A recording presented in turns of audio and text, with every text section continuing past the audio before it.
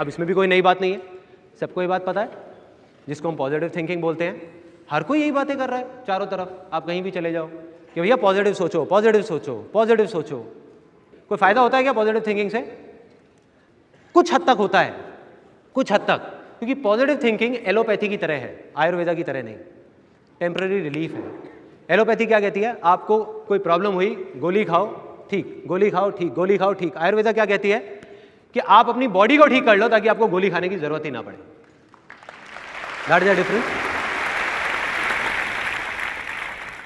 आप एक positive book पढ़ोगे, किसी अच्छी जगह पे जाओगे, कुछ देर तक असर रहेगा। मैं सच बता रहा हूं, ये मेरा सेमिनार है और मैं ही आपको बात बोल रहा हूं, इस सेमिनार का कुछ देर तक असर रहेगा, कुछ घंटों तक, कुछ दिनों तक, कुछ महीनों तक। उसके बाद में क्या होगा? बैक टू नॉर्मल लाइफ, वापस से वही। वजह क्या है? मैं आपको बता चुका हूं कि कोई भी आदमी आ जाए कितना भी बड़ा, वो अपने थॉट्स को कंट्रोल नहीं कर सकता, क्योंकि एक दिन में 60,000 से ज्यादा थॉट्स आते हैं। अगर आप सच में पॉजिटिव थिंकिंग करना चाहते हो प्रैक्टिकली, तो आपको क्या करना होगा? या तो आप किसी पहाड़ पे चले जाओ, संन्यास ले लो, अखबार पढ़ना बंद, सीरियल्स देखना बंद, बातें करना बंद, सब कुछ बंद, वहां जाकर के अपने थॉट्स को ही कंट्रोल करते रहो।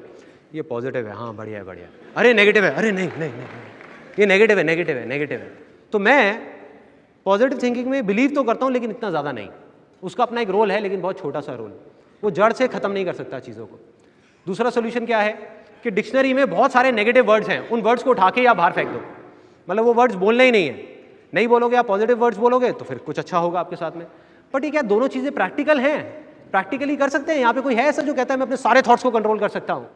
एनीबडी? तो करना क्या है? सॉल्यूशन क्या है? सिंपल है। अगर मैं आपको ये कहूँ कि अपनी डिक्शनरी में से सारे नेगेटिव वर्ड्स हैं, पढ़े रहने दो उनको, उनको कुछ नहीं छेड़ना, थॉट्स को नहीं छेड़ना, सिर्फ एक वर्ड को जो जड़ है सारी हमारी प्रॉब्लम्स की लाइफ में, सारे फेलियर्स की, उस वर्ड को उठा करके अपनी डिक्शनरी में से बाहर फेंकना है। इतना कर सकते हो? यस और नो? अच्छा ये बताओ कि एक इंसान के लिए, चाहे वो हम हो, चाहे कोई अमेरिका में है, कनाडा में है, चाहे कहीं भी है दुनिया के किसी भी कोने में, कोई भी इंसान, उसके लिए सबसे बड़ी सक्सेस क्या है लाइफ में? सबसे बड़ी? Name, fame, money, happiness, health. Absolutely, let's give a big hand for him.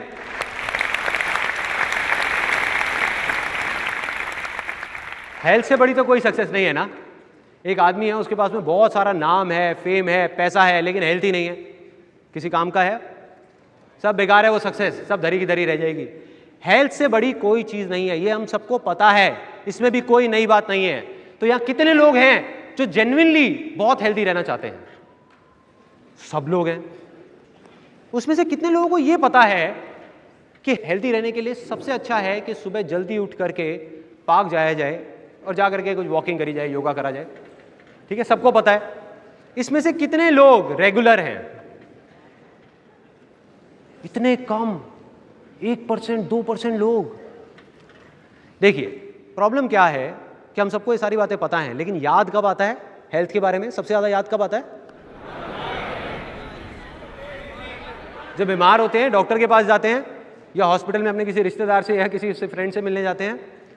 जब डॉक्टर आकर के बोलता है कि भाई साहब या तो अब आप कुछ कर लो या ऊपर वाला ही कुछ करेगा, कोलेस्ट्रॉल बहुत बढ़ गया है, ऐसे ही होता है।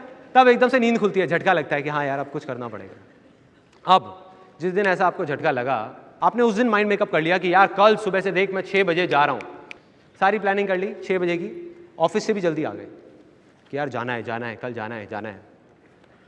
रात के 10:30 बजे हुए हैं और आपको नींद आ रही है, सोने की कोशिश कर रहे हो, लेटे हुए हो, करवट ले रहे हो, आपको पता है कि रात को जल्दी सोना होगा तभी सुबह जल्दी उठ सकते हो। तब करवट लेते लेते हल्की हल्की सी कान के अंदर आवाज़ आई, बड़े अच्छे।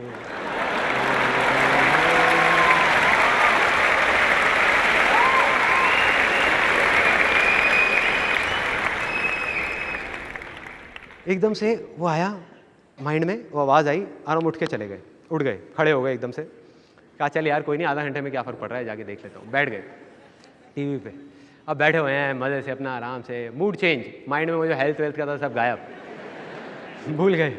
11 बज गए, उसके बाद में फिर चैनल वैनल चेंज किया, अपना आराम से फ्रेश हुए, आ गए सोने के लिए। टाइम देखा 12 बज रहे हैं, 12 बज रहे हैं। अब जब आपने करवट ली और आपको नींद आने ही वाली है 12 बजे, उस टाइम पे माइंड में क्या चल रहा है? जो थॉट चल रहे हैं कि यार रात के 12 बज गए, आज भी सुबह जल्दी उठना तो बहुत मुश्किल है, राइट?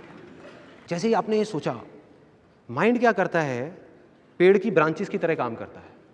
आप माइंड को एक सिग्नल दोगे, उसमें से 4 ब्रांचेस निकलेंगी, फिर 8, फिर 16, फिर 50। मतलब जैसे ही आपने माइंड को सिग्नल दिया कि सुबह उठना मेरे लिए मुश्किल है, तो माइंड 1000 वजह उठा करके आपके सामने रख देगा कि वो मुश्किल क्यों है। 1000 वजह जो सच नहीं होंगी, आपकी अपनी बनाई हुई होंगी, आपकी अपनी क्रिएट करी हुई होंगी। जैसे फॉर एग्जाम्पल, माइंड में सबसे पहले चल रहा होगा कि यार देख, पहले भी इतनी बार कोशिश करी है, कोई फ़ायदा तो हुआ नहीं, अब भी कुछ होने वाला तो है नहीं, ठीक है, क्या फ़ायदा। दूसरा थॉट आएगा, पहले भी एक बार मैंने कोशिश करी थी सुबह 6 बजे उठने की, मैं तो उठ गया, आंख नहीं खुली, जा करके टक्कर हो गई और घुटने में अभी तक दर्द रहता है। अजीब अजीब से थॉट्स आएंगे, अजीब अजीब से, बहुत अजीब, कि भाई अगर मैं सुबह जल्दी उठ गया तो पूरे दिन ऑफिस में नींद आती रहेगी। और जब ऐसे थॉट्स आएंगे, अब आप क्या करोगे? 6 बजे की बजाय आपने 7 बजे का अलार्म कर दिया। आपने कहा चल 1 घंटे में कौन सा फ़र्क पड़ रहा है, कम कर लूँगा। अब आपको याद आ रहा है, क्योंकि आप बोल चुके हो मुश्किल है, तो माइंड आपके सामने रीजन रख रहा है। आप कहोगे यार उस एक दिन एक आर्टिकल आया था अखबार में, वहाँ लिखा था कि 7 से 8 घंटे की नींद चाहिए होती है। तो